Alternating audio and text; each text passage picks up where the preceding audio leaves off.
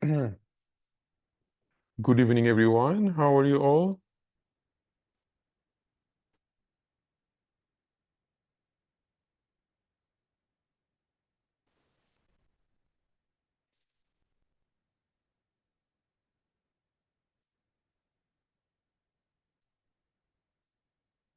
Okay, so tonight we're going to do gynae and obstetrics question solve, right?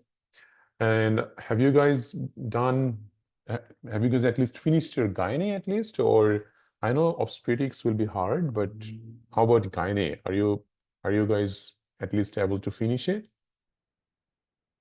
Yeah, so that's good. Even gynae is really good. Okay, so let's continue with. First, I will start with obstetrics question solve, and then after the break, we will go for gynae. Okay?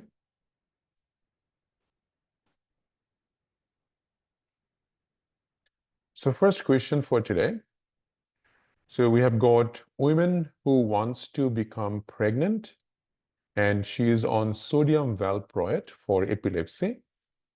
But they say that epilepsy is well controlled. What to do? So you've got a woman who wants to become pregnant. She's on sodium valproate. We know that sodium valproate is not a good anti-epileptic during pregnancy. Good thing is that she did not come after being pregnant. She came before being pregnant. So we can manage this easily. So what normally we would do?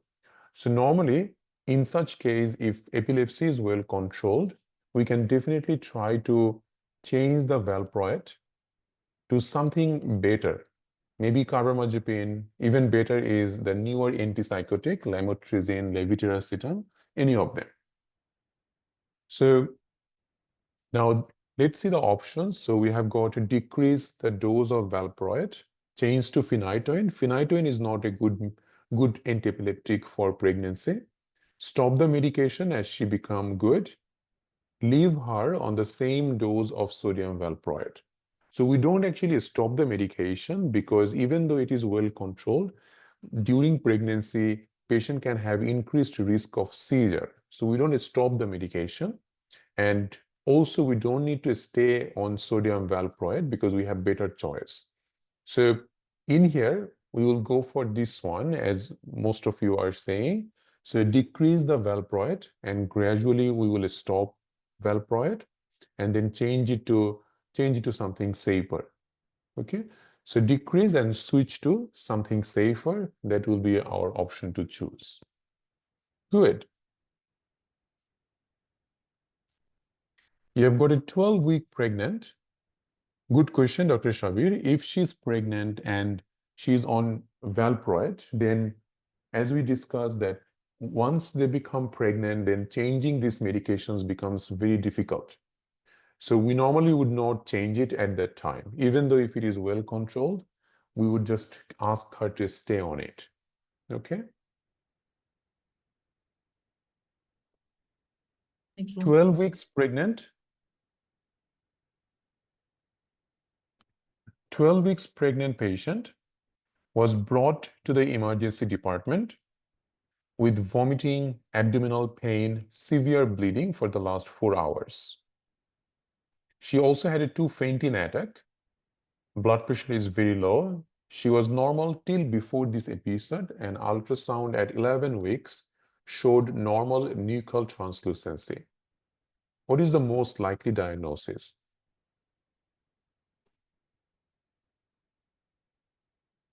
So you've got incomplete abortion, complete abruption, ectopic pregnancy, molar pregnancy.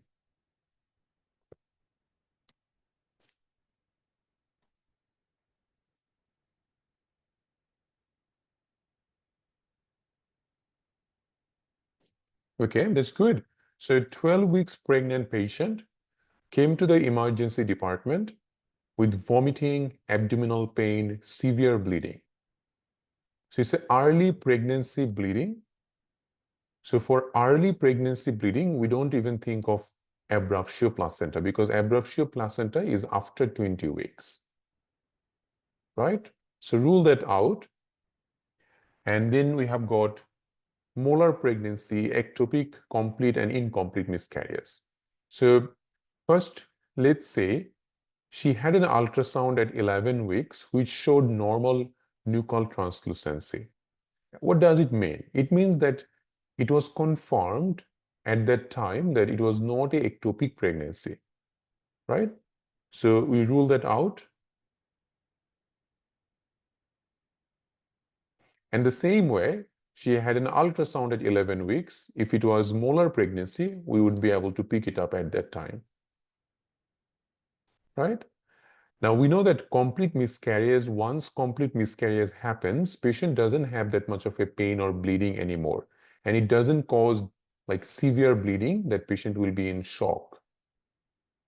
The only thing that goes with the above scenario is incomplete miscarriage, where patient can still have something left and patient can bleed heavily and have this kind of hypovolemic shock.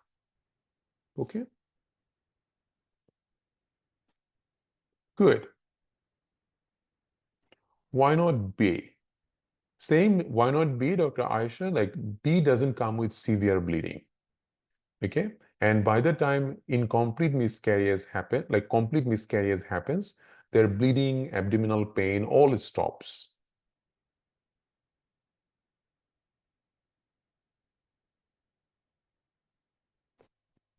Next, a young woman with a history of past 3 early miscarriages. She works as a nurse in a renal unit where there was many cases of cytomegalovirus. What is the most likely cause of miscarriage?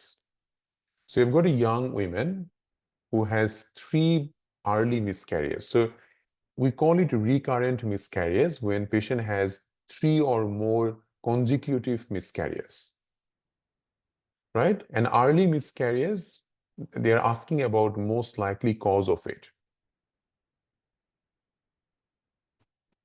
So you have got CMV infection because they're saying that she works as a nurse in a renal unit where there was many cases of CMV, chromosomal abnormality, maternal anti-cardiolipid antibody syndrome, which is, you know, that antiphospholipid syndrome, and uterine abnormality. So many of you are with B, C, and A. So first of all, CMV infection, it's very unusual that patient will get like all the 3 pregnancies that patient has got CMV infection and she doesn't have any immunity against it, right? So it's very unusual to have infection like this back to back and causing 3 early miscarriages. Same with maternal anti-cardiolipin antibody. The patient who has antiphospholipid antibody syndrome, it is not the common cause. It's very unusual. I don't know, like, have you ever seen a patient who has antiphospholipid antibody syndrome? Even if you, like maybe 1 or 2, not like very common. So it is not the commonest cause of having a early miscarriage. Okay. So, and also not only that, these patients commonly has association with SLE. This patient also has history of recurrent thromboembolism.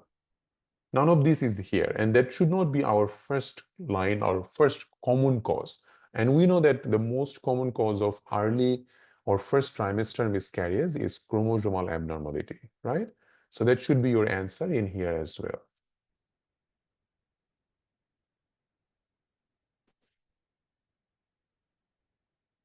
Next, a patient planning for pregnancy. Now for pre-pregnancy counseling, patient has only one boyfriend, no other sexual partner. What would you test in this patient as part of first trimester blood test? Rubella serology, CMV, toxoplasmosis, HIV.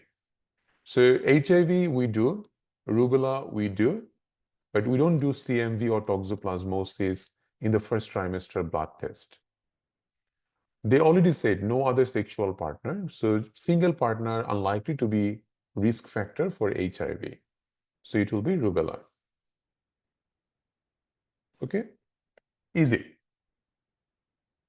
28 years old lady just presented for the first time for checkup. She's about 19 weeks pregnant.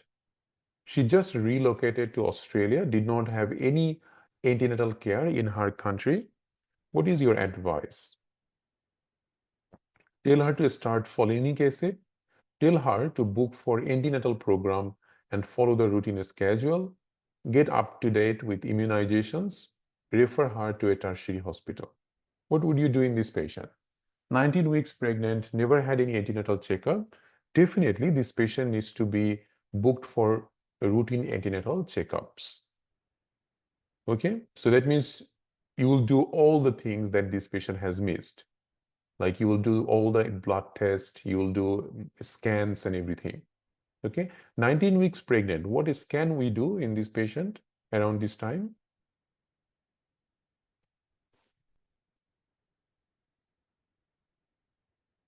Yeah, morphology scan or anomaly scan. Okay, good.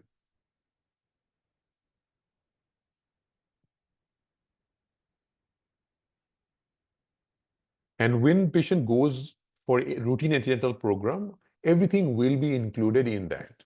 Okay, so we don't need to ask her to get all the immunization just now. Women ask for OGTT at her first antenatal checkup. All results normal. What next? So do glucose tolerance at 28 weeks, glucose challenge test at 28 weeks, do HbA1c, blood sugar, like random blood sugar. We all know that we do OGTT at 28 weeks, right? We no longer do OGCT, so no need of that. As we already talked about it, we still don't do HbA1c for diagnosis of gestational diabetes. 28. So between 26 to 28 weeks.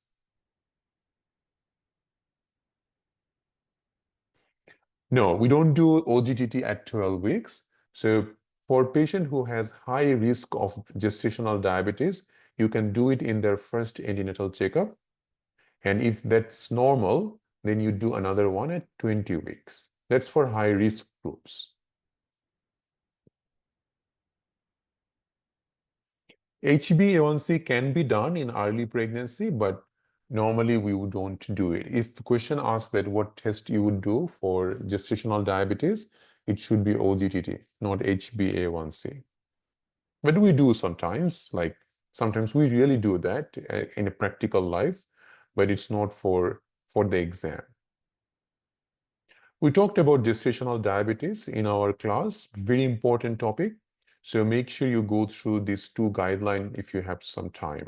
So there is RSCGP guideline, which I have shown you. There is another guideline for Diabetes Australia as well.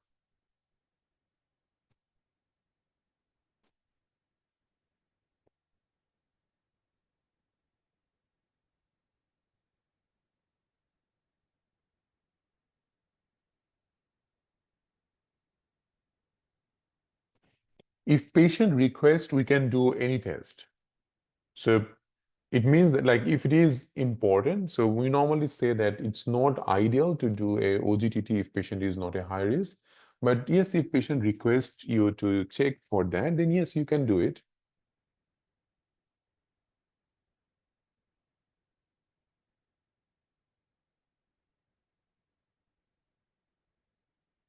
For gestational diabetes, you should follow the RACGP guideline. 22 weeks pregnant, presented with right lower quadrant pain. On examination, abdomen non-tender, no rigidity. What is the cause?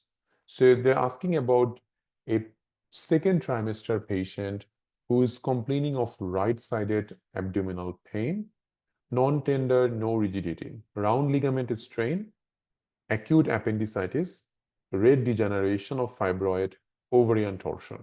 First of all, ovarian torsion will be very painful and it will be tender. So that's out. Same with appendicitis, it will be very tender, right? So you have got red degeneration and round ligament. Red degeneration of fibroid, patient, this kind of patient will be a known case of fibroid.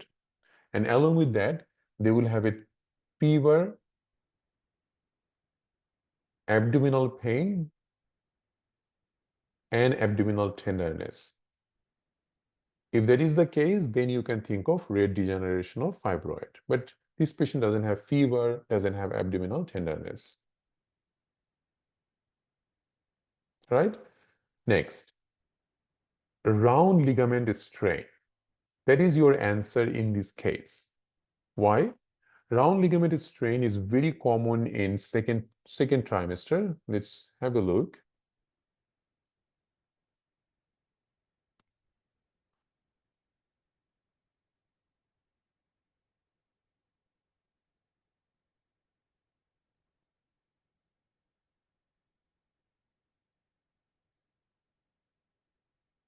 So round ligament pain is most common during second trimester.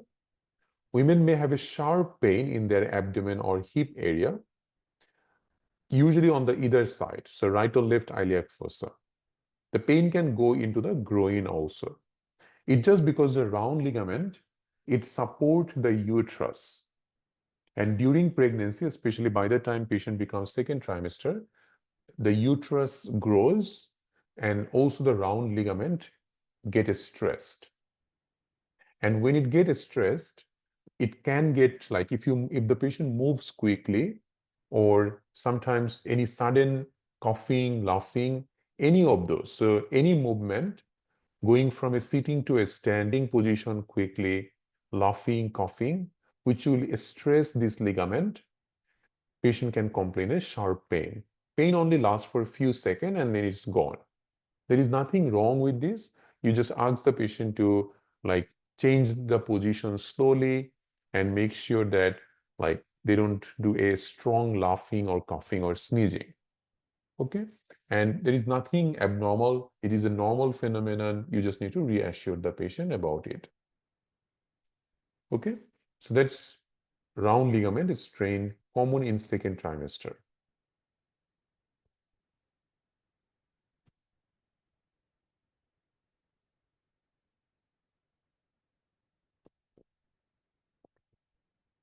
Okay, so you've got a pregnant lady contacted with CMV affected person.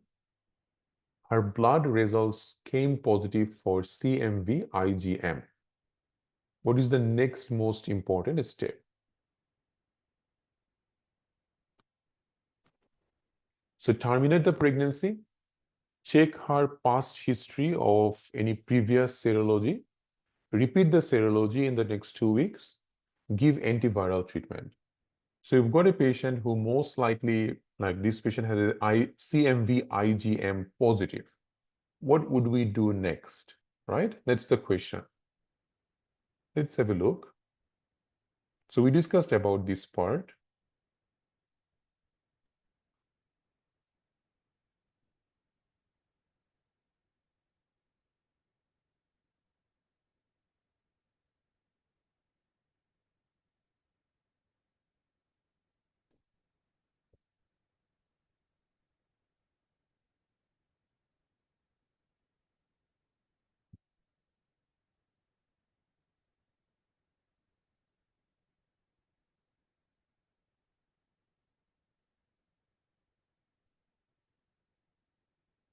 So this is how you should also search sometimes if you want to find out something.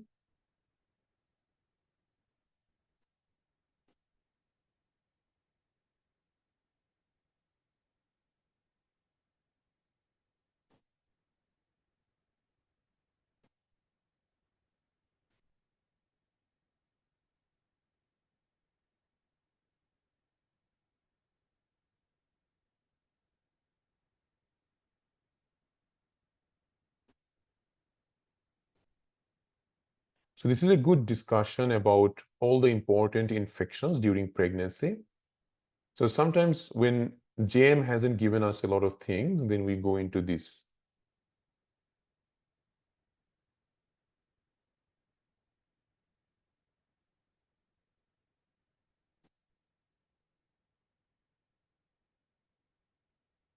Okay, have a look. So first of all, there are 4 scenarios in CMV infections.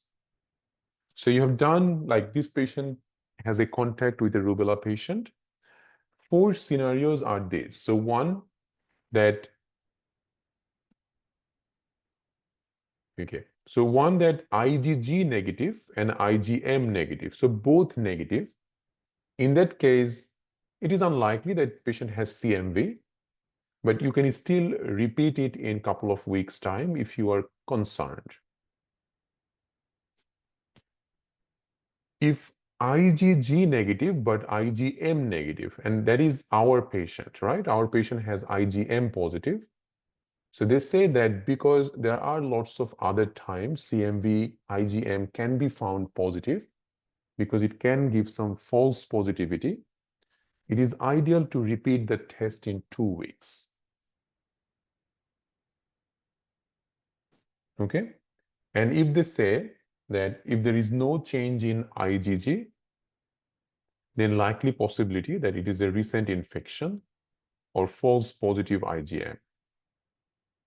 So basically, if IgG negative, IgM positive, we repeat the test in 2 weeks' time to check for any changes in the IgG titer.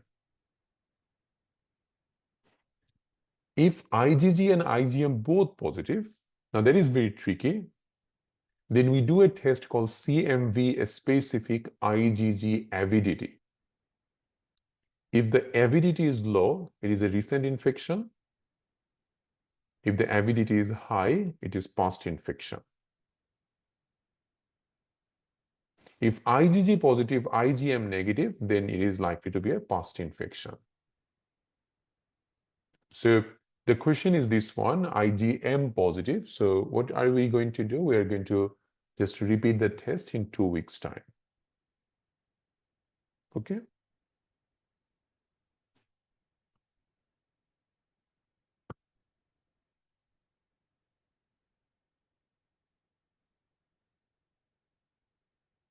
So this is our test. So repeat serology in the next 2 weeks. So if IgM positive, don't just think that patient is infected straight away. Do it in 2 weeks' time.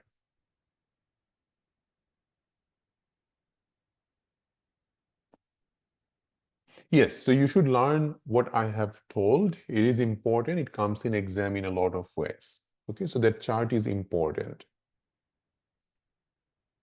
And if you want to know the guideline, just write perinatal infection ASID, and the PDF should come up. Okay.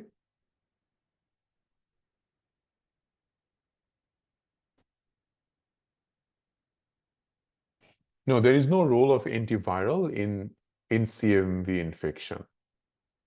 And remember, we talked about it. There is no therapy or preventative strategy to alter the disease. It's not always termination. So if positive, then you send the patient for a possible ultrasound, amniocentesis to see that if the baby is developing any sign of CMV-related complication. Okay, just because mother is infected, not everyone will go for termination.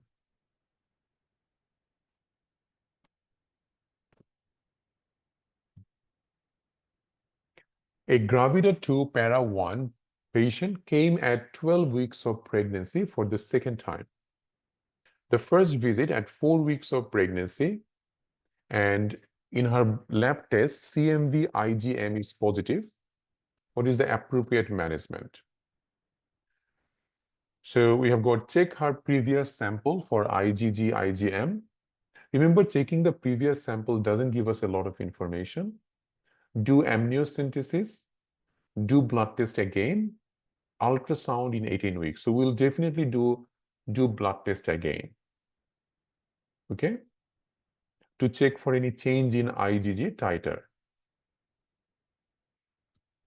It's the same question, so we'll move on. Now, patient 7 weeks pregnant, uterus 3 centimeter palpable above the pubic symphysis. What is your likely diagnosis? Now, these are very vague questions and very difficult to answer sometimes. So think that you have got a 7 weeks pregnant patient we know that 7 weeks pregnant patients, their height of the uterus should be 7 plus minus 2 centimeter. But to be able to palpate above pubic symphysis, we know that pubic symphysis at which age of pregnancy uterus comes at pubic symphysis? 12 weeks, right? So 12 plus 3. So the uterus is at least 15 centimeter size. So almost double than the gestational age. The first thing I would rule out is if it is a wrong date. Okay? If the wrong date is ruled out, then what? So is it a molar pregnancy? Polyhydramnios. So polyhydramnios at early pregnancy is very uncommon. So rule that out straight away. Twin, fibroid, ectopic.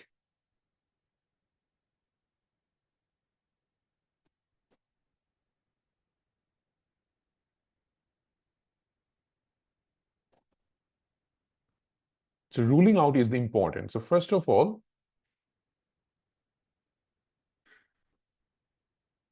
twin baby, 7 weeks pregnant. Even if it is twin, can it make the fundal height double? And by 7 weeks, they're just very small, tiny little, right? So you would not get like uterus height double for this. So rule that out. Fibroid. Again, fibroid, we should know at least that this patient has fibroid from the past. And most importantly, there will be history of the past or at least some other history like menorrhagia, something like that. So history of fibroid would be there. Can it be ectopic? Ectopic will not also give you like fundal height greater than gestational age. So from exclusion and just with a single question, to me, it is also looking like molar pregnancy. Okay, but yes, definitely there should have some other information. Hopefully there will be, but in exams, sometimes questions are like that. So they give you questions where they don't give you anything else. So only the molar pregnancy can give this much higher symphysiofundal height in response or in relationship to the gestational age. No others. Even fibroid, sometimes if it is not that big, it will not come with like at least double size of the uterus. Okay. Same with fibroid, there should be either it's a known case of fibroid or there should be some other symptoms. Okay. So I would rather choose molar pregnancy in this case than fibroid because molar is very commonly can give this kind of like very abrupt change or very sometimes it becomes like double or triple like that. It's common. Okay. But hopefully there will be some other symptoms. Pregnant lady, her friends told her to take precautions in her usual diet, what she shouldn't eat. Tinned salmon, coffee, soft cheese, fresh veggies, iodine. Among all of them, yes, the smoked salmon is not good, but soft cheese is not. Like this is most important because this usually contains that listeriosis. A vegetarian pregnant lady come to see you. In addition to folic acid, what else she would need? Iron and thiamine, iron and zinc, iron, vitamin C and D, vitamin K and iron. We don't give K. Remember, not everyone needs everything. In your country, maybe everyone takes a multivitamin during their pregnancy, but this is not needed. We would only give if it is really patient is deficient. Like, do we need to give thiamine to everyone? No. Do we need to give zinc to everyone? Even like we only give zinc if the blood test shows that patient has got low zinc. Otherwise, no need. Same with B1.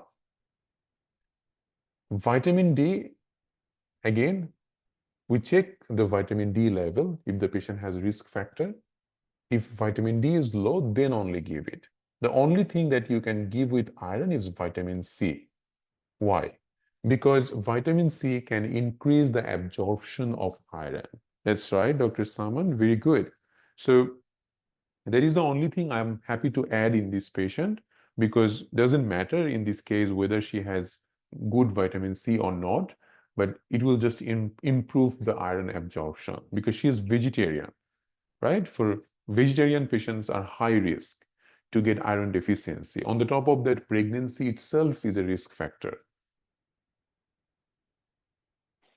A 20-year-old woman with type 1 diabetes and a mild renal failure wants to conceive. What will be the risk in her baby? Remember, we talked, I think, about this, that it's mainly type 1 diabetes with mild renal failure. So which one would be the most likely possibility? Macrosomia, IUGR, not IUFD, or diabetes? So between macrosomia and IUGR, it depends which one is worse.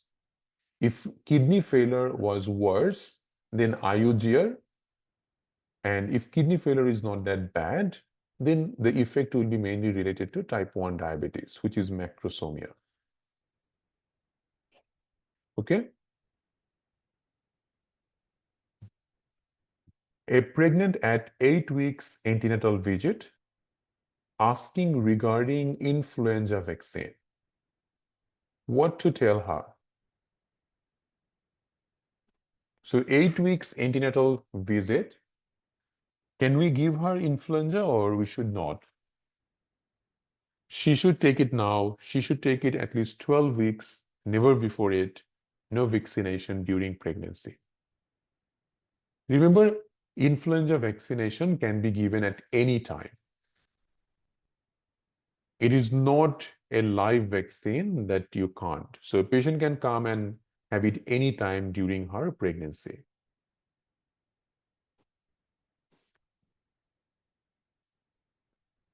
Okay, you have got a 30-year-old patient who is 26 weeks pregnant. She is worried as she came in contact with a child having chicken pox 24 hours ago. You checked her pre-pregnancy IgG level for chicken pox, which was negative. She missed to get vaccinated for chicken pox before pregnancy. So her IgG was negative before pregnancy.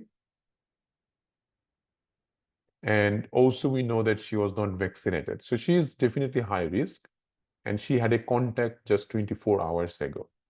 Currently, she doesn't have any symptoms. What is the next best step in her management? Check IgM level, give vaccination for chicken pox, check IgG level, give varicella zoster immunoglobulin. No action needed because she is asymptomatic.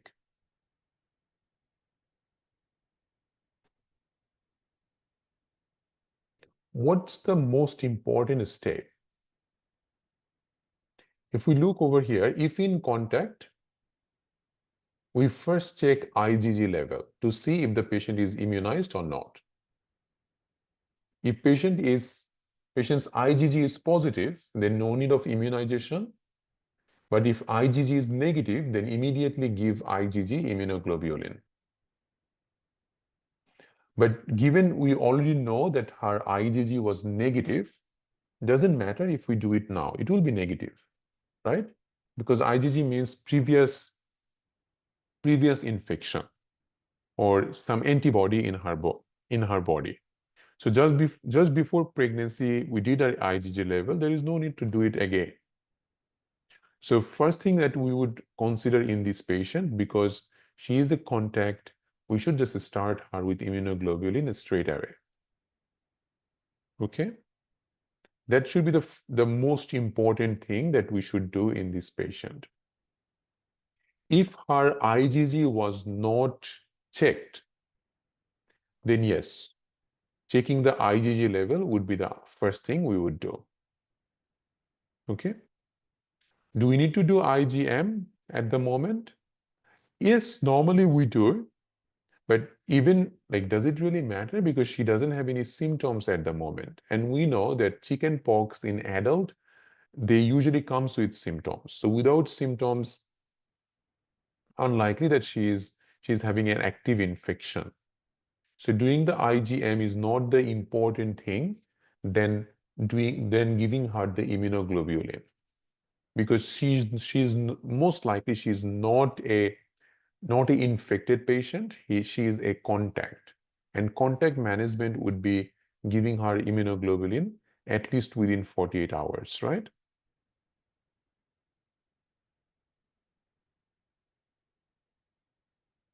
And that is according to the John Murtagh that we have done, right? So John Murtagh also says the same. So you do the IgG. If patient's IgG is negative, then you give the immunoglobulin. If the patient's IgM positive, then yes, then that means patient is infected. If the patient is infected, what would we do in this patient?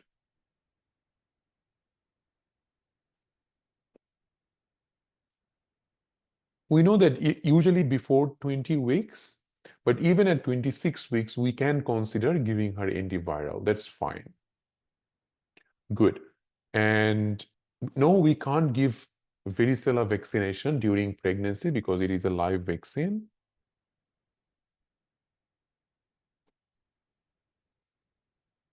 Okay, clear everyone? So if IgG is already negative and it's written in the question in your stem, then don't bother doing the IgG again. And if she's a contact, she doesn't have any symptoms, everything is written in here that so that you can understand that what they're trying to mean. So she is a contact, she's not symptomatic. So what's the important thing in her? Immunoglobulin.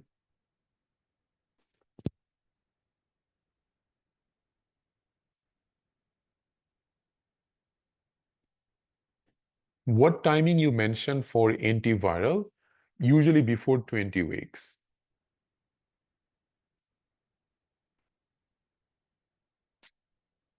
IgM has a role because it is like if it is a infection, then IgM should be positive. But the problem like in this case, the patient doesn't have any symptoms. So normally we would not bother with IgM in that case without symptoms. If patient has symptoms, then yes, IgM will be ideal. Most of the time we do both IgG and IgM at the same time anyway in real life scenario.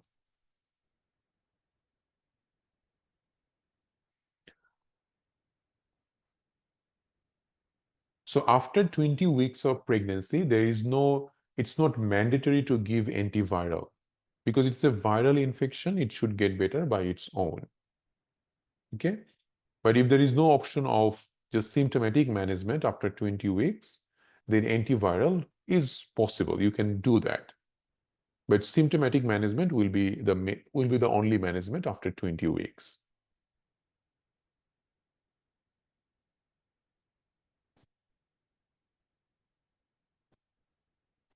A pregnant lady, 10 weeks gestation, presented with a history of contact with a child known to have chickenpox.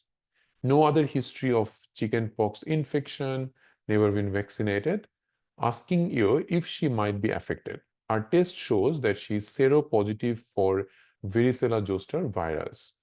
What is your most appropriate next step? Do you know what is seropositive means?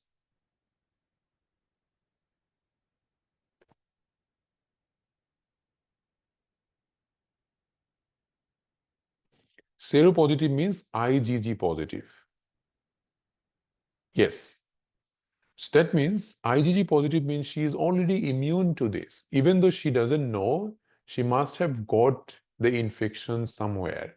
Maybe it was just a very mild one she didn't notice, but she has antibody in her body. So what would you do? Reassure, give her vaccine, give her immunoglobulin. So if she's immune to it, we can definitely just reassure her, right? 20 weeks pregnant lady, coming with painful vesicles in the groin and dysuria, serology positive for chickenpox. So this is what we just discussed, right? 20 weeks pregnant, having chickenpox, serology positive. So this is a patient who would get antiviral. What kind of antiviral? Oral or IV? Oral. IV acyclovir is not needed in these patients. Just oral acyclovir is all that they need.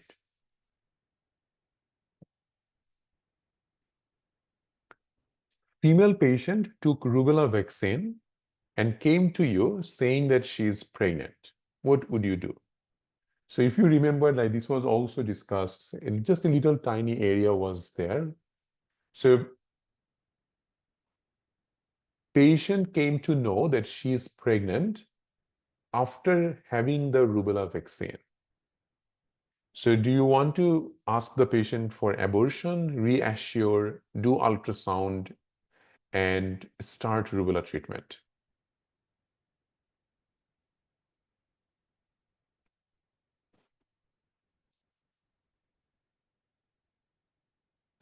Yeah, at this time, if you even do an ultrasound, there will be no anomaly because she must be just early pregnant, right? So before 18 to 20 weeks, if you do an ultrasound, you will not see anything. So no point of doing ultrasound. There is no specific treatment this patient will need. So just reassure that most of the time there will not be any problem. So that is what was written. If you guys have seen that note we were discussing. So even if a patient become pregnant and mistakenly got the rubella vaccine, most of the time that doesn't do anything.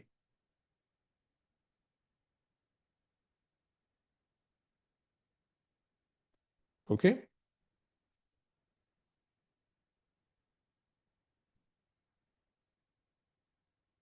Pregnant female with 12 weeks gestation, and this is her second pregnancy, anti-D antibodies present.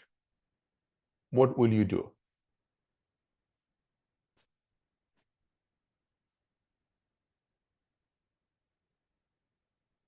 So it's a 12 weeks pregnant patient who has a Rh isoimmunization. Offer termination, ultrasound, monitor antibody titer. Now, this is an important thing. I was going to discuss this.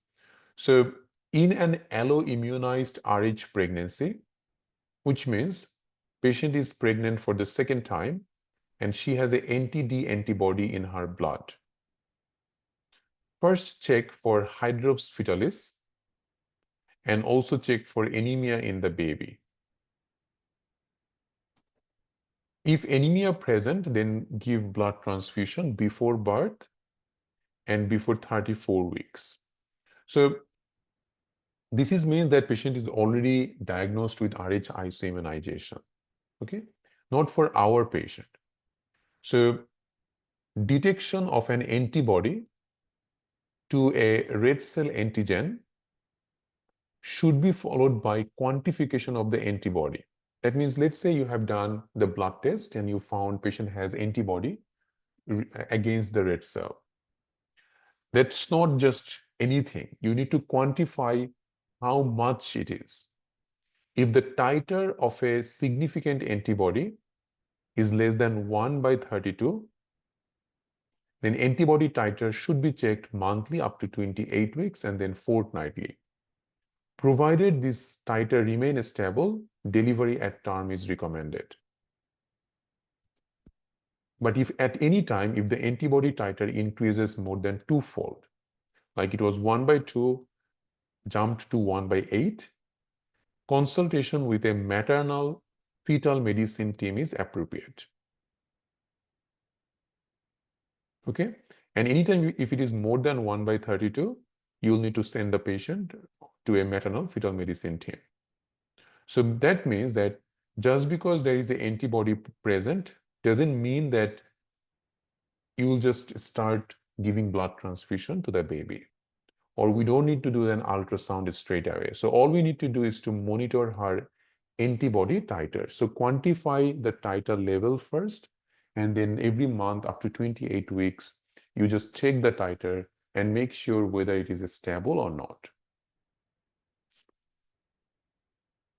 Okay? So that's very important. It comes in exam. So now you know.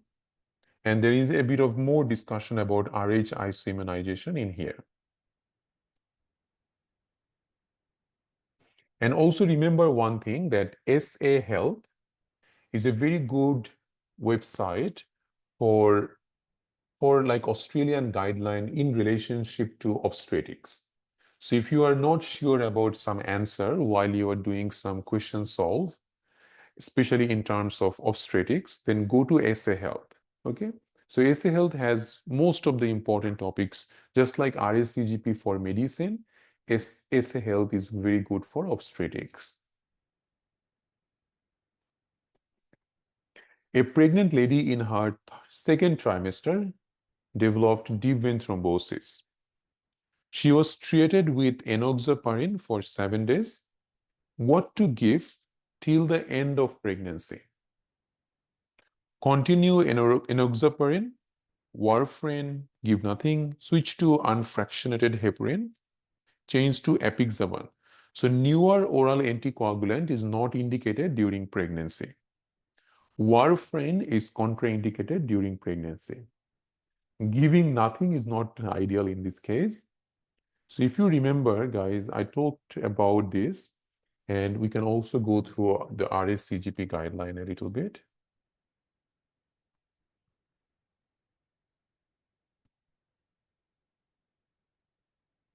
Sorry, SA Health guideline. So you can see the SA Health guideline. So they talked about thromboprophylaxis during pregnancy.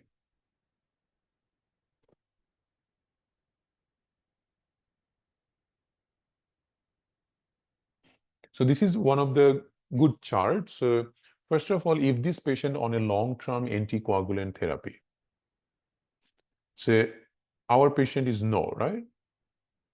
Did she have 2 or more venous thromboembolism or 1? If it is 2 or more, then prophylactic or intermediate dose of low molecular weight heparin antenatally, and postnatally, patient will get low molecular weight heparin for 6 to 12 weeks.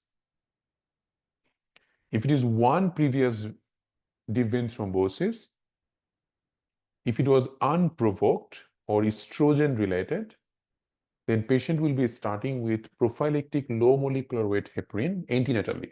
And usually we start from after 12 weeks. So from usually 13 to 14 weeks of pregnancy, you will start the patient with low molecular weight heparin, and then she will continue this low molecular weight heparin up to 6 to 12 weeks after delivery.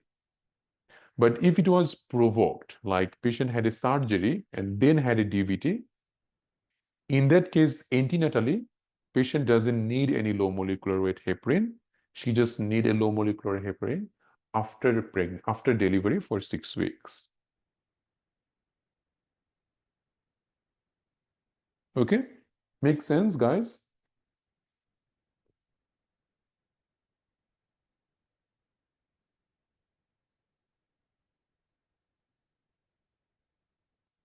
Two or more episodes. So in this patient, you'll just continue the enoxaparin. Many of you have chosen unfractionated heparin. Unfractionated heparin is only given just during delivery. So when the patient is going for labor, so yes, so during the labor time, when patient is having the labor pain, we just change it to unfractionated heparin. The reason is that unfractionated heparin is easier to monitor. It's easier to also give it to the patient. So that's why. Okay, and it has less half-life than the enoxaparin. So the effects of, like, enoxaparin is the anticoagulant, right? Blood thinner. So if the patient can bleed heavily, if the half-life is a little bit bigger. But unfractionated half-life is very small. So if you stop it immediately, like if you stop it few hours before delivery, the bleeding risk will be less than enoxaparin. That's why we just switch it during the labor or delivery time to unfractionated heparin.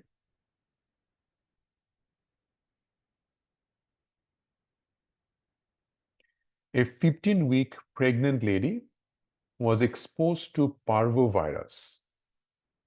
Serology was done test found, this is both positive. Oh, that's weird. Let's say negative. Test revealed negative IgM, negative IgG. Okay, so don't see. So it is written minus and plus both. Okay, so they just say test is showing both IgM, IgG negative. What would you do next?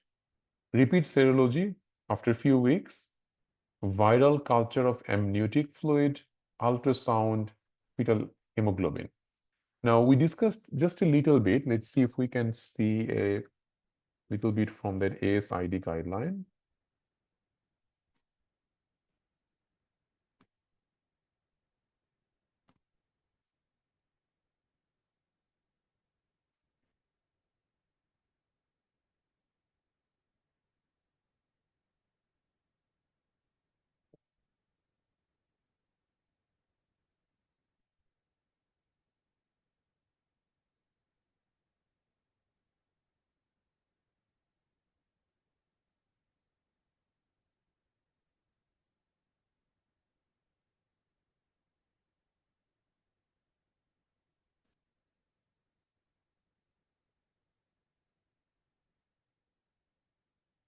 Okay, code the parvovirus.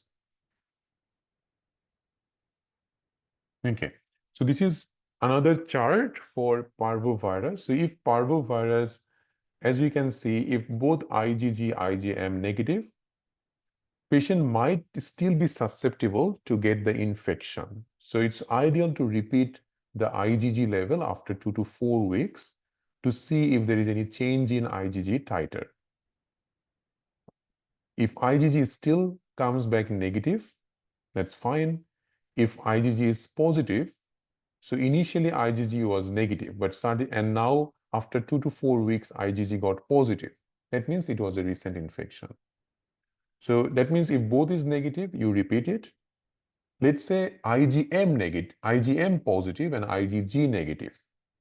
There is a chance that it is a recent infection, but again, because of possibility of false positive reactions, even IgM positive, you have to do another IgG in 2 to 4 weeks. And if you see there is a raised IgG titer also, that means it is a recent infection.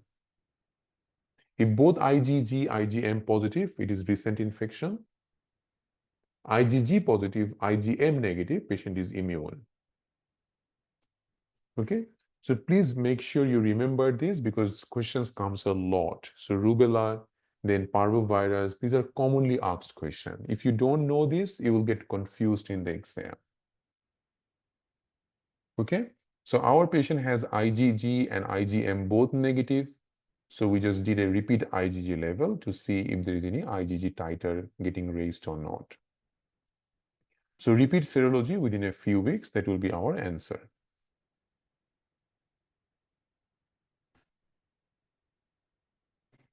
18 years pregnant women who is smoking, what will be the most possible outcome if she continues smoking in pregnancy? These are very difficult questions for exam because smoking in pregnancy can cause a lot of things, right? So, but they're just asking for one. So increased risk of preterm labor, increased risk of IUGR, gestational diabetes, preeclampsia. So we'll just need to go through some of the guidelines to see what they're talking about.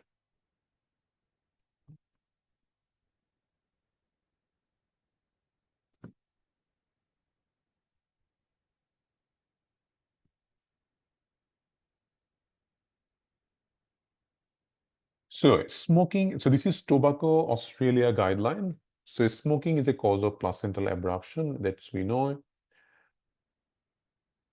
So preterm delivery, smoking is a cause of preterm delivery.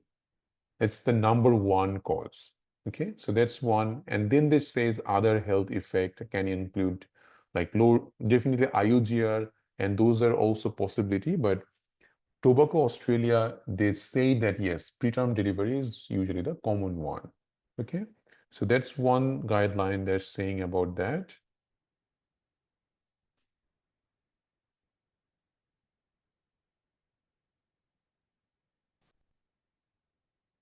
And substance abuse in pregnancy, SA Health has a guideline. I would recommend you guys at least read smoking and alcohol from here if you have some time.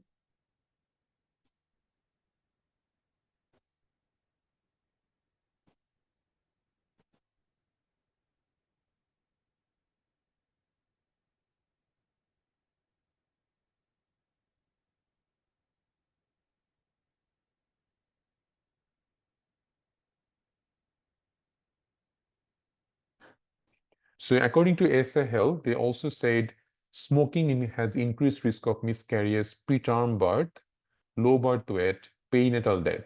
So even preterm birth came first. So based on that, I would rather choose preterm labor than IUGR because Tobacco Australia is like that guideline is like very straightforward about preterm labor. Okay.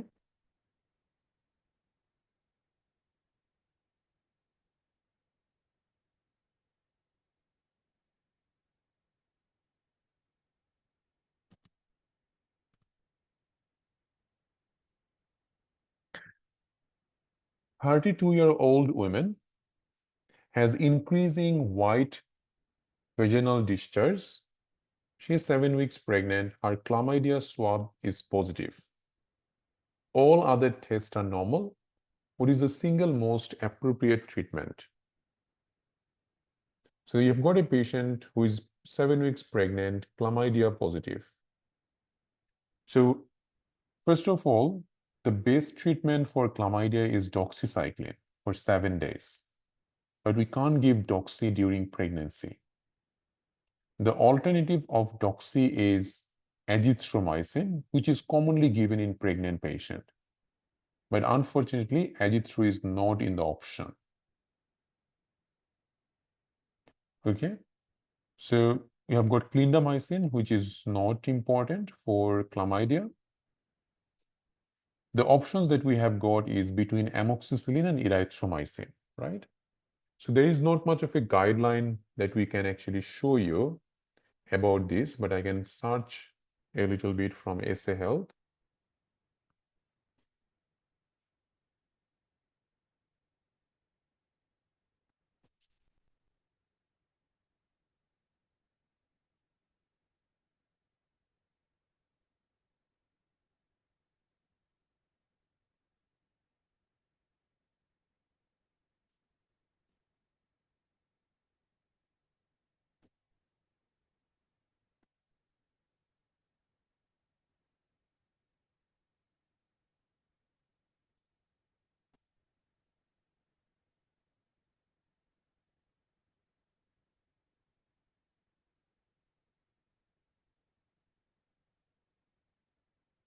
So nothing much written in here. So let's go to ASID.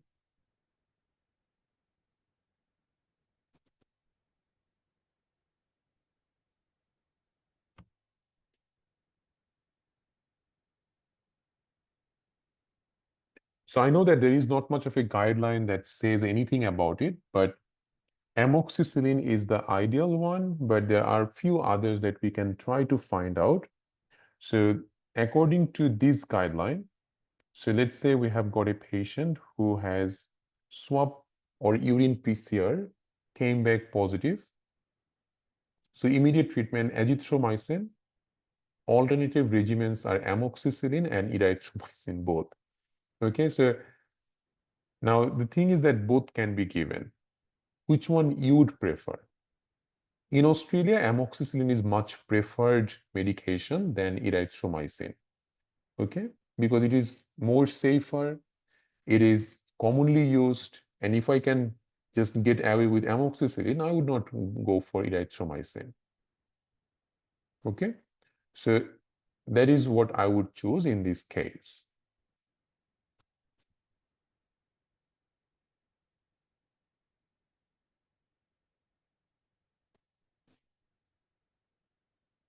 All right, guys, so we'll take a 10-minute break now. And after the break, we'll start with gynae questions. Thank you.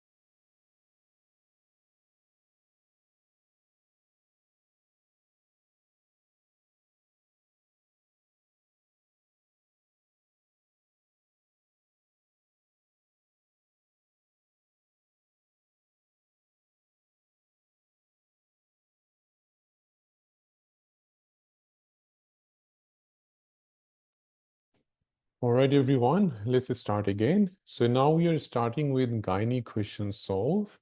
And Dr. Sana, I think we answered these questions in our last class as well. Someone else asked the same question. So, and I answered it, which means that even though it is written that, yes, it is, you need to understand what's actually written. Something which is increasingly used and something gives most information, which one we would choose for the exam? The one that gives most information. And most importantly, still now in Australia, we do OGTT for diabetes test, for gestational diabetes, not HbA1c, not still. It can be used, like definitely, like we do it, but the main purpose of asking the question is that like OGTT gives us most information and it is confirmatory. Whereas HbA1c might not be confirmatory. Sometimes after HbA1c, you need to send the patient for OGTT for a confirmation. So usually still I would not choose HbA1c for the exam. Okay. Hope that makes sense.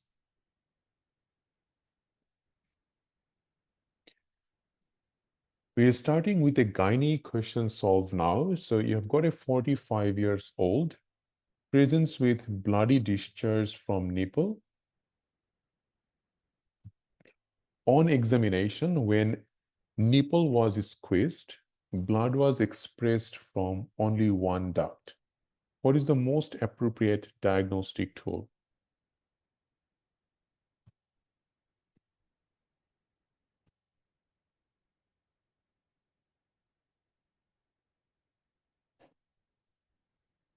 So they're asking about most appropriate test. And what is your most likely diagnosis in a patient who is 45, having a bloody discharge from nipple?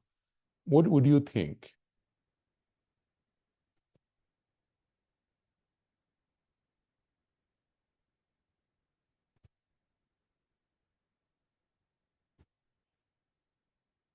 Yes, so intraductal papilloma or carcinoma, but given her age, intraductal carcinoma should be our first diagnosis. So we want to rule that out. So to rule out something like that, what's the best test? Because they're asking the most appropriate one, right? So you've got FNSC, ultrasound, mammogram, ductogram. Ductogram is no longer a very important test.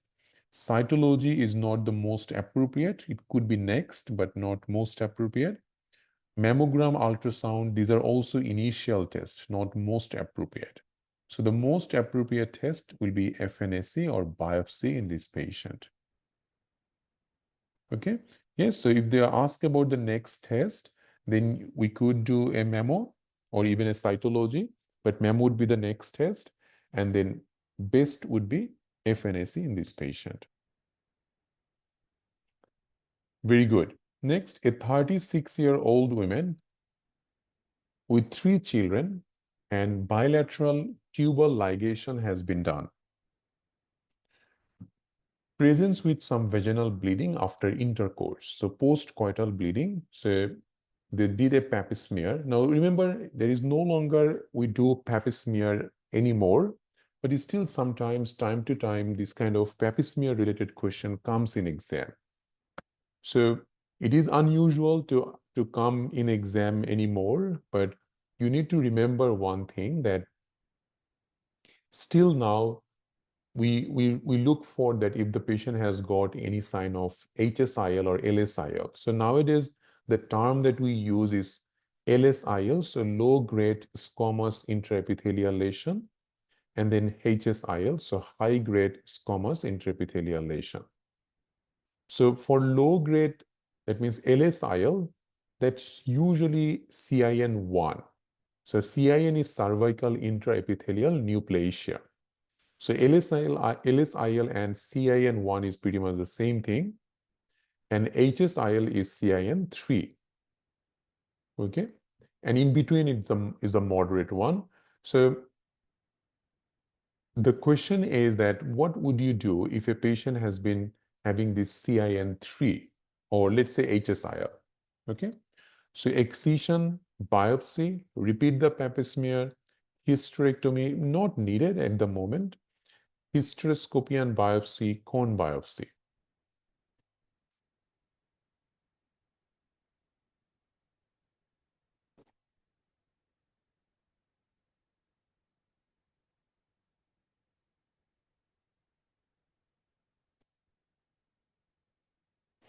So let's talk a little bit that what we normally do in this kind of patients.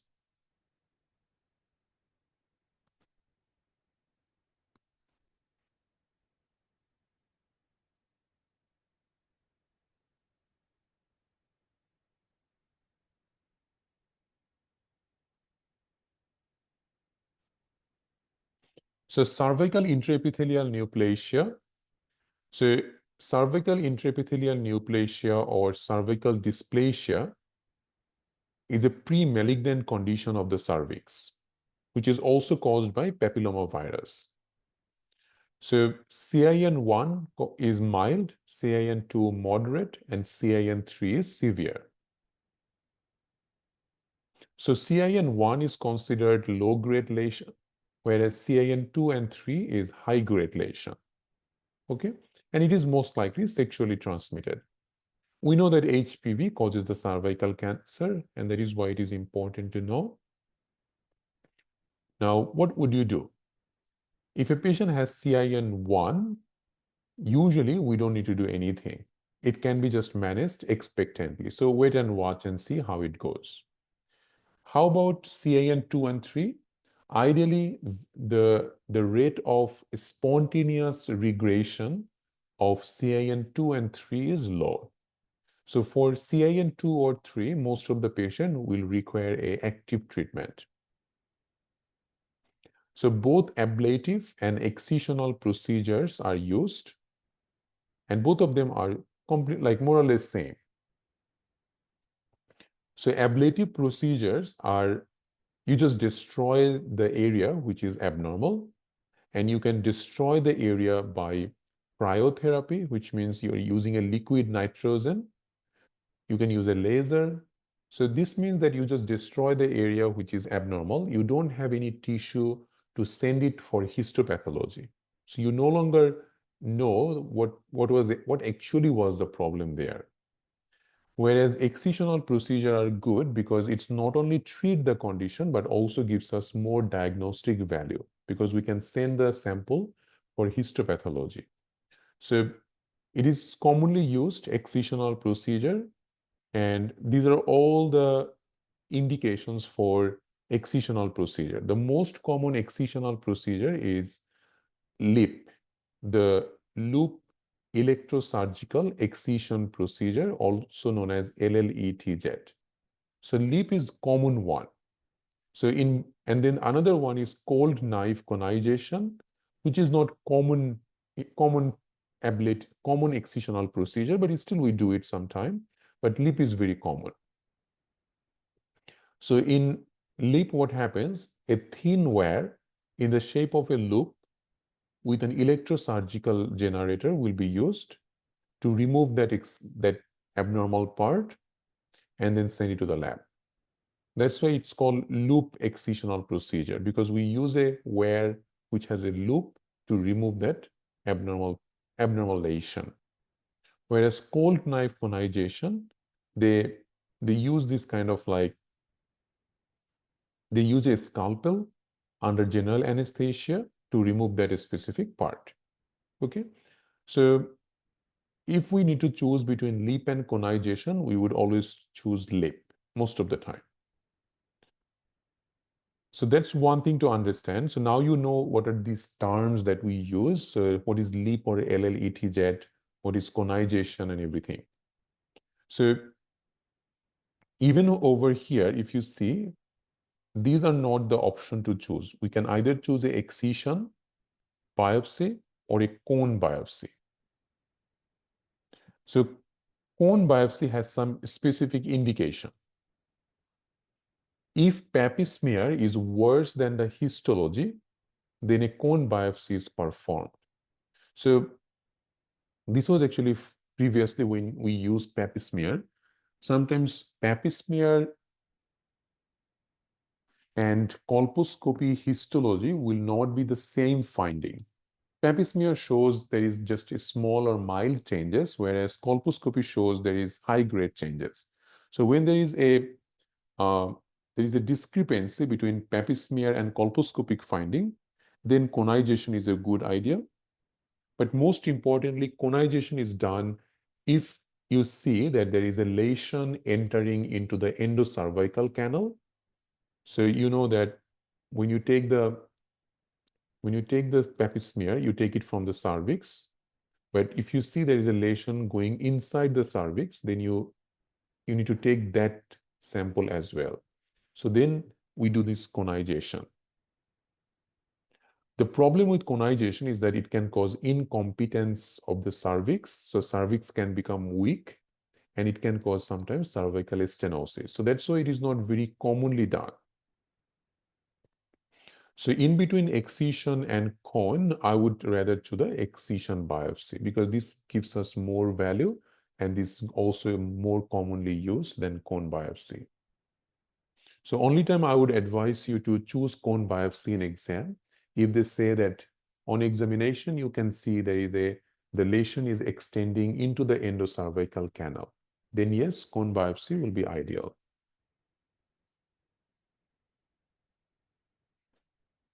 It's not just for Pap smear. So this I know that Pap smear is no longer we do it, but sometimes it comes in exam still now because many times software will give questions from a long time ago. And if they haven't changed the Pap smear questions from their software, it can still pop up in the exam. But very unlikely. Still, I want you guys to know a little bit about it. Okay. But only thing I want you to understand that what are these procedures that we do? Even now, we do all of these procedure. We do conizations, we do uh, colposcopy, we do this LEEP. So all of these are done. It just like the term has changed. Nowadays, the term that you would use is HSIL or LSIL. So if the question say you have done a HPV genotyping, and you have done the liquid-based cytology, and the cytology shows features of HSIL. What would you do? For HSIL, you will do the LEEP. Okay.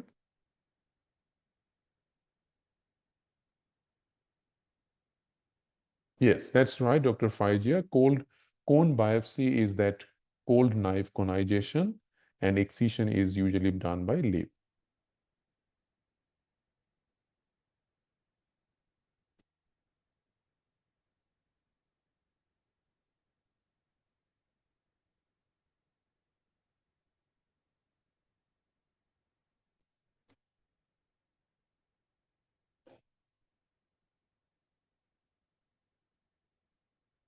When they already use the term HSIL,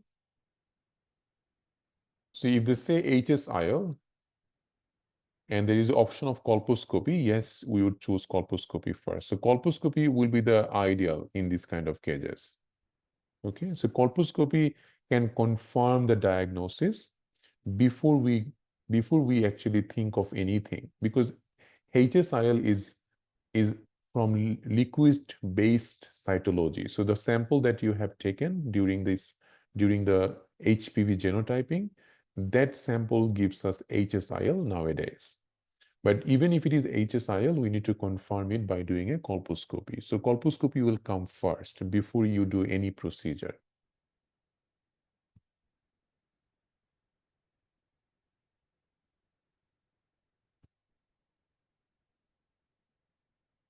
It is, yes, conization is a excisional procedure, then LEEP is a excisional procedure, but the important thing to understand, we don't do conization a lot. Conization is not common, whereas excision will be much better idea, given that we're hoping that they are talking about LEEP in here.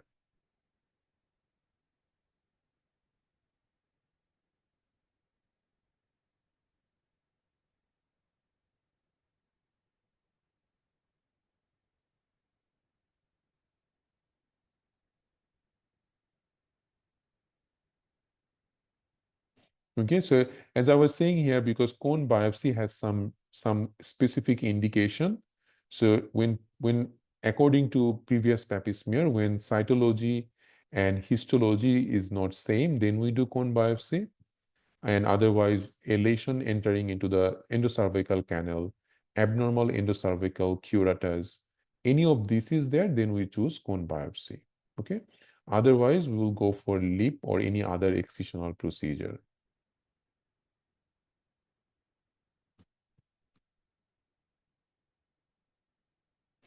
An old woman with normal breast examination, she had a history of trauma on chest 10 years ago with bruising in her breast.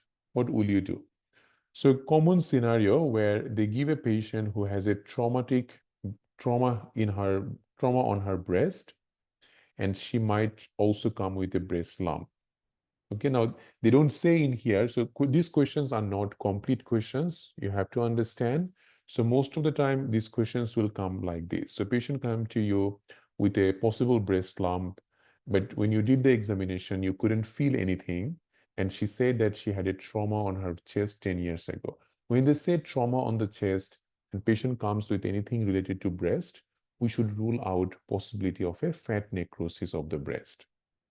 If we are thinking about fat necrosis, given it is very difficult to differentiate a fat necrosis from breast cancer. The only way to make sure it is not a breast cancer is a core biopsy. So you'll have to go for a core biopsy in this patient before we can say it is just a fat necrosis of the breast. Okay.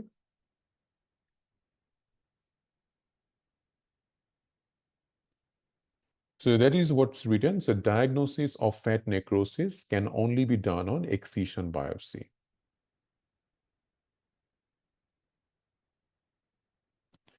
68 years old woman came with a 2 centimeter painful breast lump, which she noticed just a week ago. What is the most common diagnosis?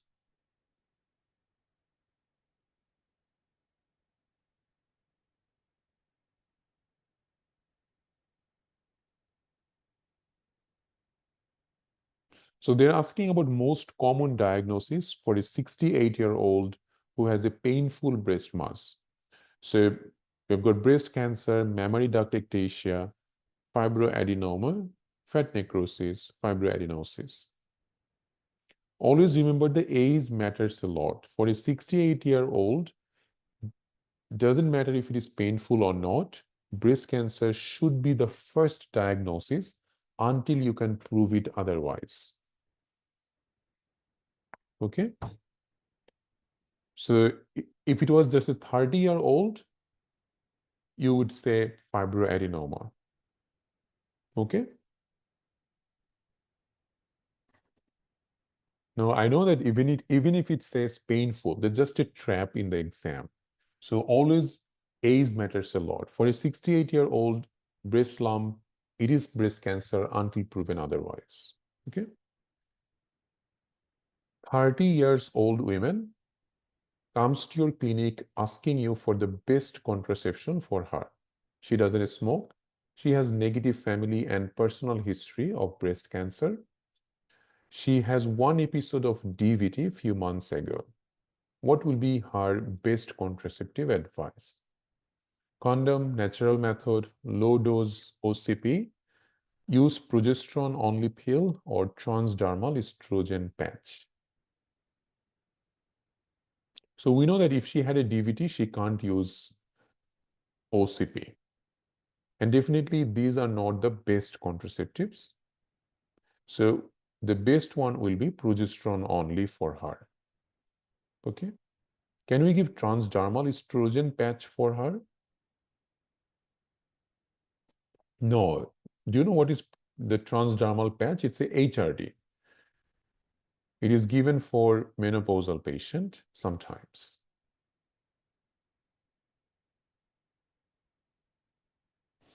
Women has been complaining. So let's say it's a 40-year-old woman has been complaining heavy bleeding every cycle for 6 months.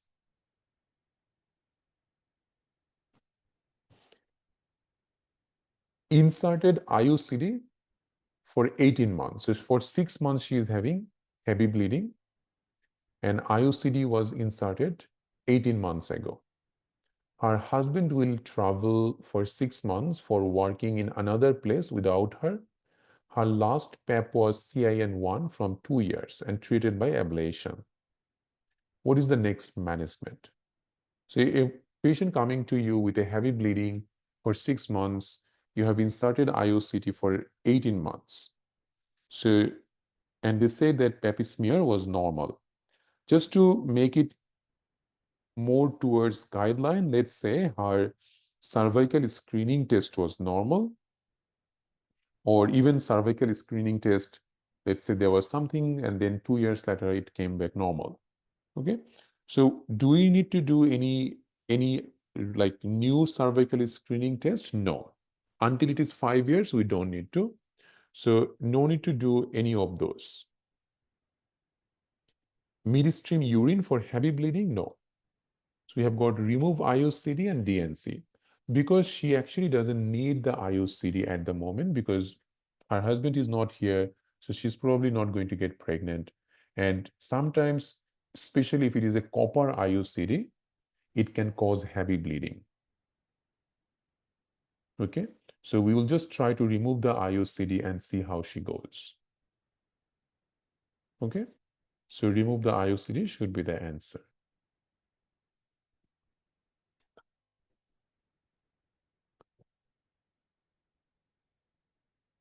No, we don't do DNC for heavy menstrual bleeding. Nope.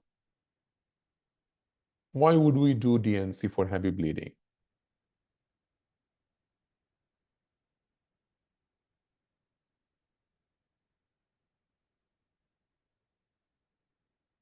And Dr. Simran, what if patient is recently diagnosed with DVT and is on warfarin, then only POP? Yes, ideally POP will be better. And nowadays warfarin is very rarely given for DVT because now we give newer oral anticoagulant. Okay. A lady who has blood pressure 150/90,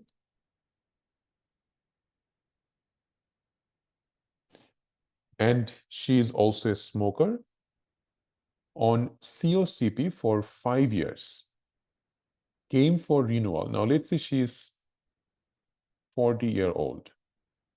Okay, so hypertensive smoker on COCP for 5 years, came for renewal of contraception. You tell her it is time to stop COCP.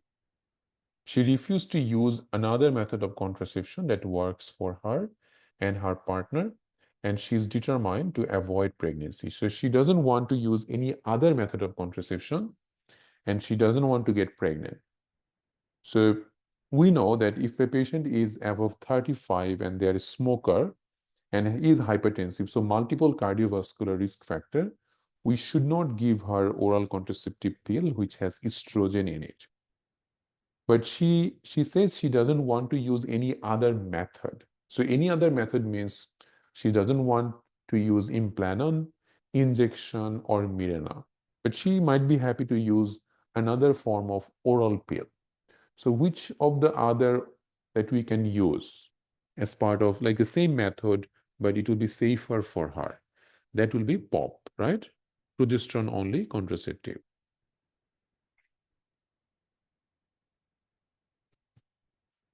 Next, 48-year-old woman complains of heavy menstrual bleeding for the last 4 months. She underwent a hysteroscopy DNC, but the symptoms did not subside. She looks pale. Her hemoglobin is 8.5. What is the most appropriate management in this case? So you've got a 48-year-old heavy menstrual bleeding for 4 months. She did hysteroscopy DNC, did not do much. Remember, hysteroscopy DNC is not the first thing that we would do in a heavy bleeding. Heavy bleeding, that is the last thing we do. Even though in the question they have written in that way, but hysteroscopy DNC comes very late. Okay, you do ultrasound, you do a lot of other things, and then you do that. So symptoms did not subside. She is definitely anemic also. What is the most appropriate management for her? So oral tranexamic acid during the MAP period, norethistron, Mirena, Implanon, COCP. If you remember that the most appropriate or the best medical management for heavy bleeding is Mirena, right? So for her, Mirena will be really good.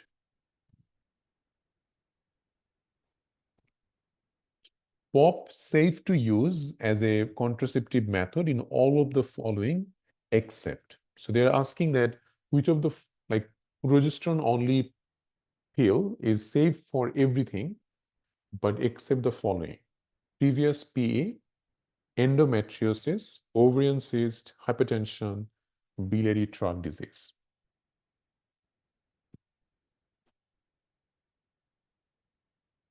So you're with C and E, right?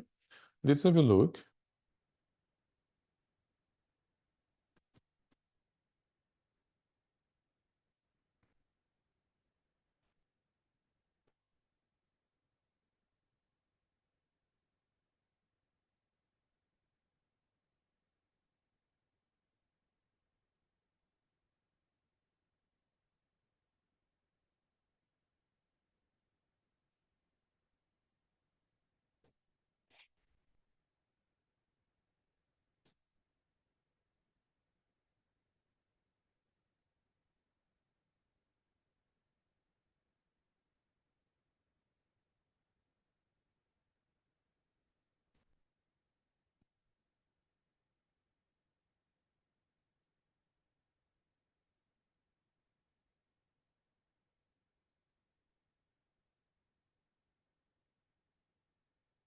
So there is an increased risk of ovarian cyst in patient who takes POP, okay, by 30%. So that is why we don't choose that one. And I can't show you, but I think I remember the same guideline that I have opened, it showed over there that like one of the thing is that the biliary tract disease also can get exacerbated for these patients, like for POP. So if we see if we can find that out.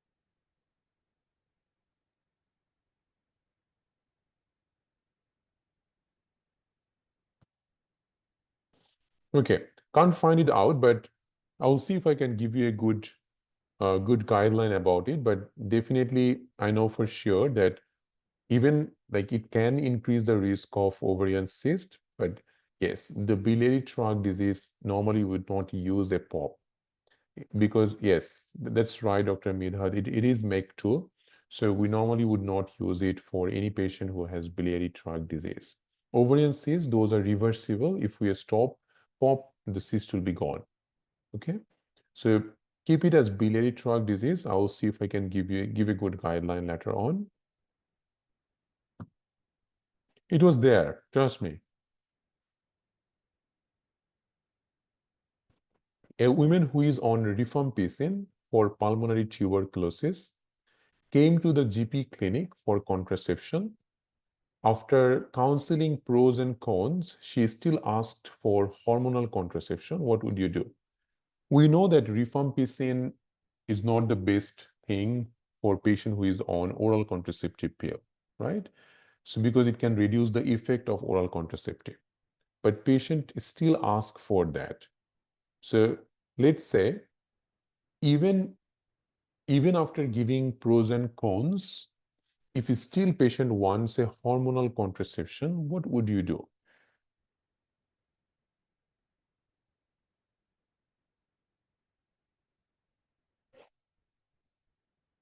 So we know that POP is not best also.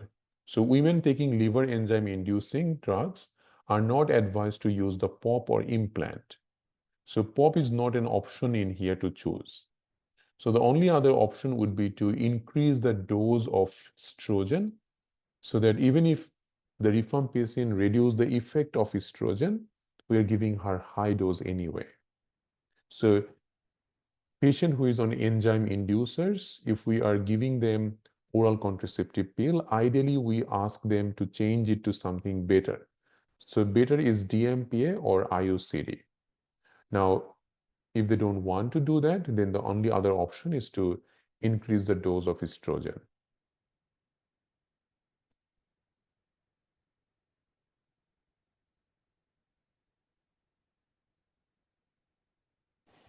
A woman came 3 days after abortion at 7 weeks gestation. She got pregnant because she missed several contraceptive pills. No children before. She and her boyfriend don't want children for 3 years and want contraception right from today. So women came 3 days after abortion at 7-week gestation. She got pregnant because she missed several pills, but she doesn't want any more children, at least for 3 years. What would you choose for her? Condom, IUCD, Depo-Provera, POP, OCP? So if we look over here,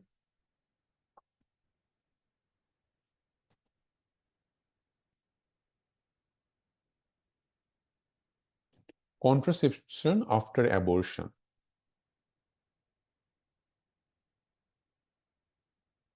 So how soon after an abortion can I get pregnant? Whether you have a surgical or medical abortion, you can ovulate again very soon after the abortion. This can happen even before your period returns. Therefore, it is important to start using contraception immediately if you wish to prevent any unwanted pregnancies. What are the contraceptive methods? So that means you can start within few days or even immediately you can start giving them contraceptives. So they can use condoms, they can use longer acting ones like Implanon, injection, IUCD. So any of those can be used. How soon will it work? So it depends on a number of factors, but ideally if you give them IUCD, it will start work immediately. Okay.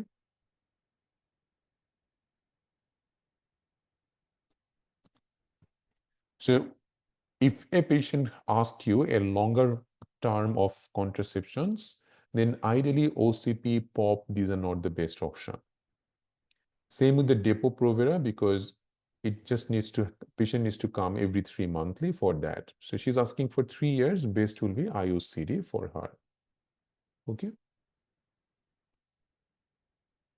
And Implanon is, yes, also another good idea if she wants to.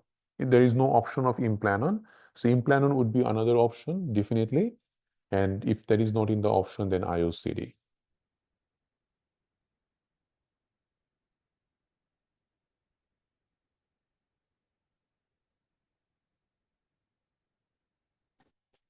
A couple is trying to conceive, female everything normal, male agiospermia, and a small testis of 3 mil size. So male has agiospermia. What is the cause? Gonadotrophin deficiency, pituitary adenoma, vas deferens obstruction Klinefelter. Yes, we can give IUCD. Yeah, it can be given immediately after. So a lot of time, even we can give it immediately after abortion. It's fine.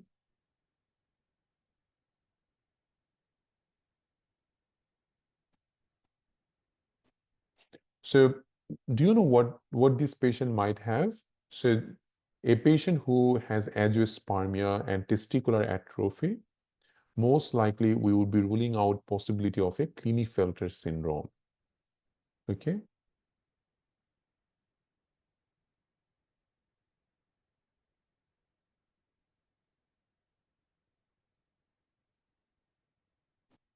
Now we haven't discussed Klinefelter in our class, so let's just discuss a little bit.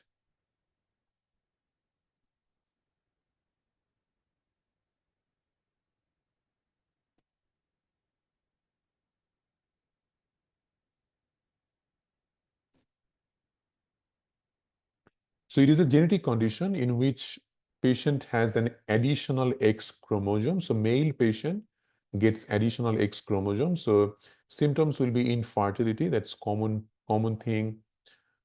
Okay, you can go through the cause and everything.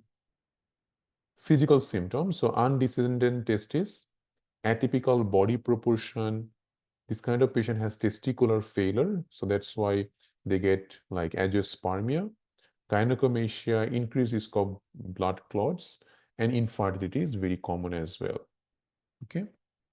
So these patients can have all of this. You can see a lot of complications they can have. The way to diagnose this is karyotyping.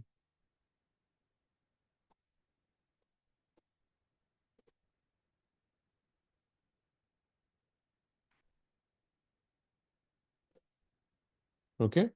So other things like pituitary adenoma, patient will have a headache at least. And same with vas deferens obstruction. Can't be sure because vas deferens obstruction, usually they are cystic fibrosis patient. And usually question will give us a bit of clue for that. Gonadotrophin deficiency, same gonadotrophin deficiency, not necessarily the patient has to have a testicular atrophy in that case, but we know that Klinefelter syndrome, definitely they will have testicular failure. That's for must. If they have testicular failure, they have agiospermia. 42-year-old female trying to conceive for 5 years with family history of premature ovarian failure. She had a history of treated mild endometriosis and treated chlamydia. What will affect her future fertility? Her age, family history of premature ovarian failure, endometriosis, chlamydia.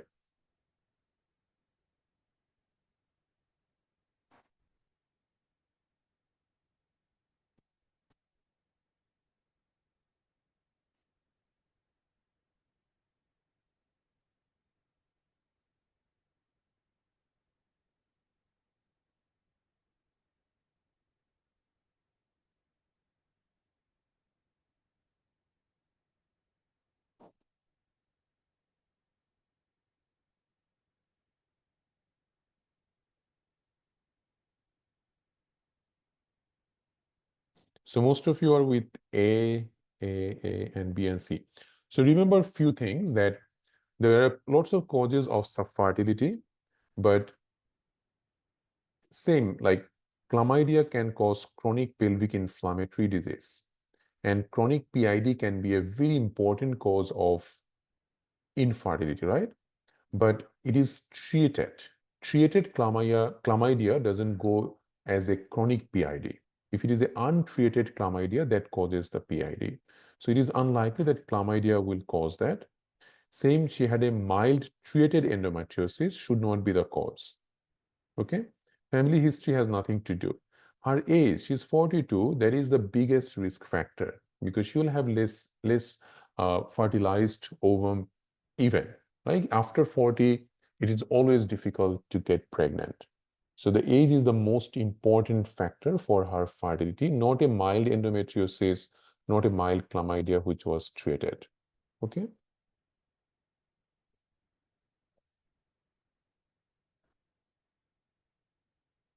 Even if it is PID, this should not be a PID case because treated chlamydia will not cause PID. Okay.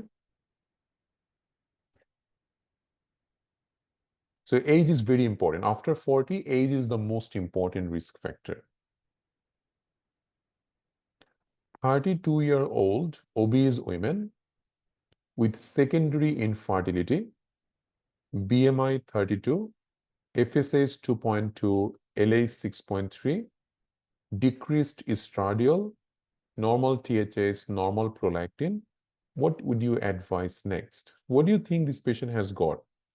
A 32-year-old obese patient having secondary infertility. We know obese FSH-LH ratio is changed. So we know that the ratio of FSH and LH is usually 3/1. okay? But when the ratio changes, in here you can see FSH-LH ratio is 1/3, right? So when the ratio becomes 1/3 or 1/2 of FSH and LH, you should always consider the possibility of a PCOS. Okay, so that's the first indication. And these patients can be obese. This patient can have irregular period. They can have increased testosterone in their body, which gives hyperandrogenism. And that's why these patients suffer from acne, excessive hair growth on their face, which is hirsutism. Okay, so all of these are features of PCOS. We haven't discussed PCOS in our class, but it's a very, very important topic. Okay, RACGP has a discussion. You should read it fully. John Murtagh in the subfertility chapter, they have discussed PCOS. You should definitely read it. But let me discuss a little bit. So PCOS is a multi-organic condition. It can affect a lot of organs. It can cause a lot of complication. So it is characterized by hyperandrogenism, which means excess testosterone in a female. Because of that, patient will get a lot of symptoms which a normal patient would not get. So they get obesity, and obesity is a precursor of metabolic syndrome. So these patients end up getting a type 2 diabetes. They get hypercholesterolemia. These patients, because of increased testosterone and FSH-LH disruption, they get irregular period. Because of excess testosterone, they get acne, they get hirsutism. And these patients suffer from infertility as well. So once you get someone like that, the first thing we would do is definitely we will do hormonal test. So the hormonal test will show FSH-LH ratio has changed. Ideally, FSH-LH ratio should be 1/3 or 1/2. But in PCOS, the ratio will be reversed. Okay. Once you get that idea, the next or the best test to find out PCOS is serum testosterone. We can also do a vaginal ultrasound, but ultrasound sometimes doesn't give us enough information. And in ultrasound, we need at least more than 10 cysts in each ovary to get the diagnosis. Okay, but if we need to choose between ultrasound and testosterone, testosterone will be the most likely or most appropriate investigation to diagnose this. Once you diagnosed PCOS, what else we need to do? First thing, for most of the patient with PCOS, your first line treatment is lifestyle modification for 6 months. Because if they can lose some body weight, most of the time, everything will be better. So the period will be better. They can even start, like they can even get pregnant. So lifestyle modification is the first treatment. If a lifestyle modification doesn't work, then if a patient is obese, you can try metformin. Same if a patient is developing diabetes, you can use metformin. Even if a patient is having irregular period, sorry, not irregular period, if a patient even having a subfertility problem, we can use metformin. If a patient having irregular period due to PCOS, then oral contraceptive pill will be ideal. Okay. OCP can also help with acne and hirsutism this patient has. If a patient with PCOS having infertility, initial choice is metformin, but best management. Do you know what is the best ovulation induction? Yes, clomiphene citrate.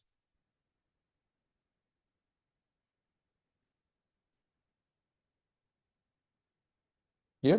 So the last part, so if a patient has infertility because of PCOS, initially we can choose metformin, but if they're asking most appropriate treatment, that's clomiphene citrate.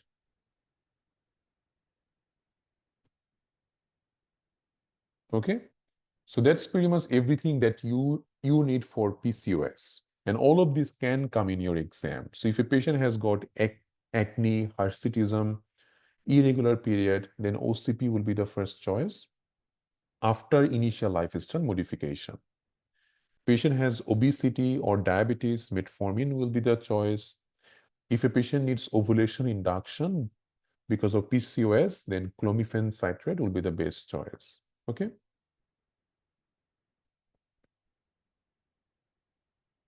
It can help with both. It helps with weight loss. It can help with ovulation induction a little bit. So, but basically, loss of weight helps with the ovulation a lot.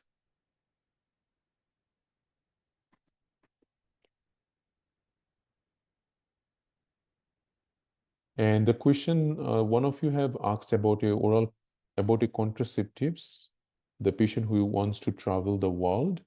I would rather choose POP for that patient because patient who has headache on triptan means definitely migraine. For migraine patient, OCP is not ideal, POP will be ideal. Okay. Could be implanon will be ideal as well, but they said estrogen implanon. There is no estrogen implanon, it's progesterone implanon. But if progesterone implanon is not in the option, then POP.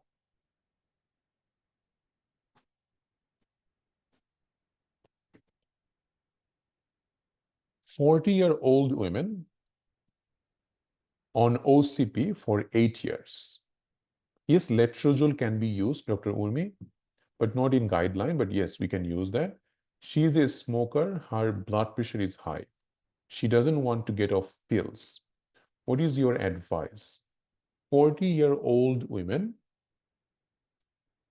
on COCP for 8 years. She is a smoker, blood pressure high, doesn't want to get off pill.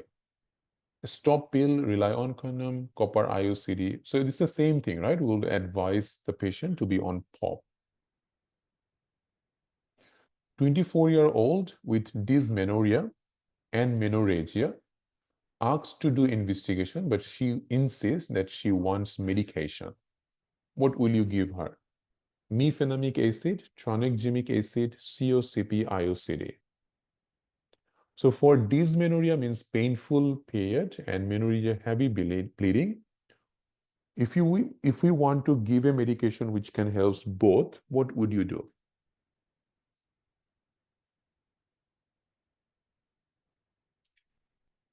Mefenamic acid will be the best because mefenamic acid can help with both menorrhagia and dysmenorrhea.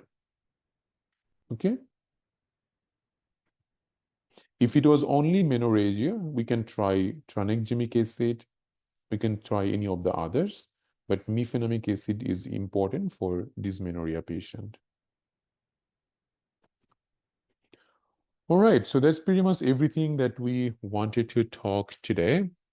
I hope it gave you a bit of idea about the gynae and obs questions. You are doing good, a lot better. So hopefully you got a good understanding about these two subjects.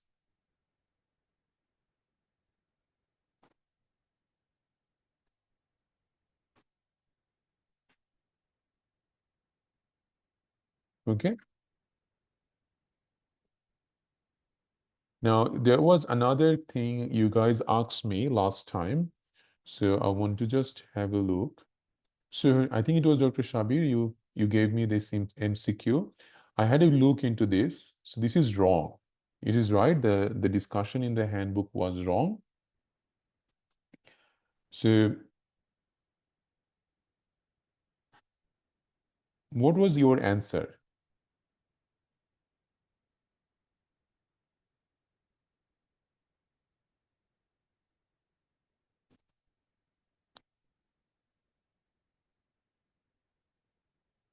It is right. So C is the answer. So yes, definitely. So we will go with the C. Sometimes handbook, I know that handbook is still some of the questions answer is wrong. Okay, so very good job by pointing it out, but it is C. You are right.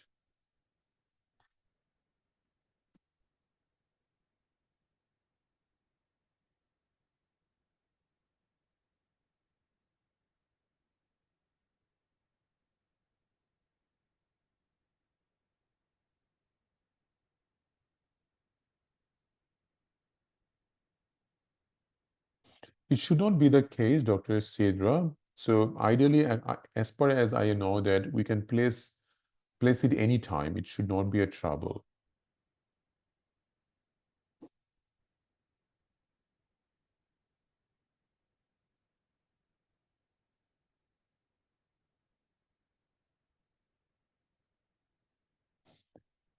Okay.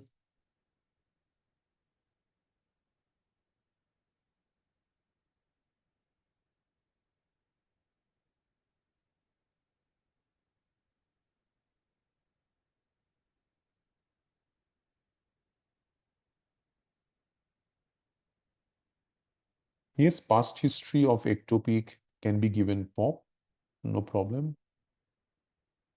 Implanon has nothing to do with the BMI more than 32. So low molecular weight heparin is given for most of the time with the DVT patients, but we only switch low molecular weight heparin to unfractionated heparin during the delivery time.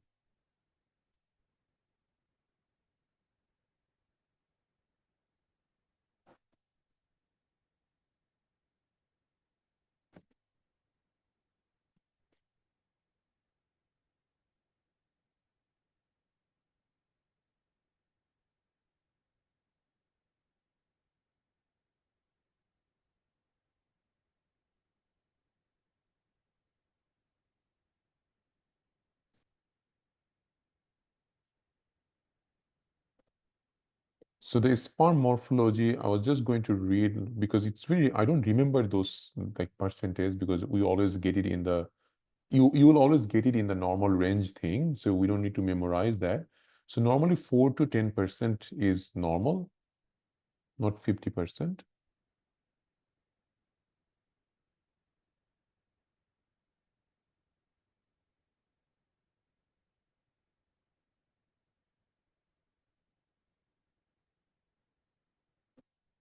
So patient who had a ectropion, PV bleeding, PEP normal 2 months ago, what to do next?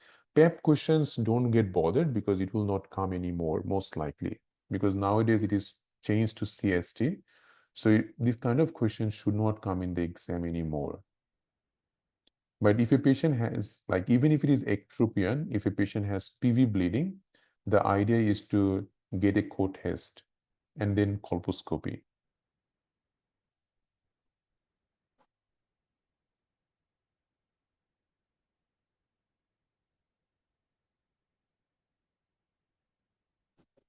All right, everyone, we'll finish it here tonight. Thank you all. Have a good night. Take care, guys. Bye.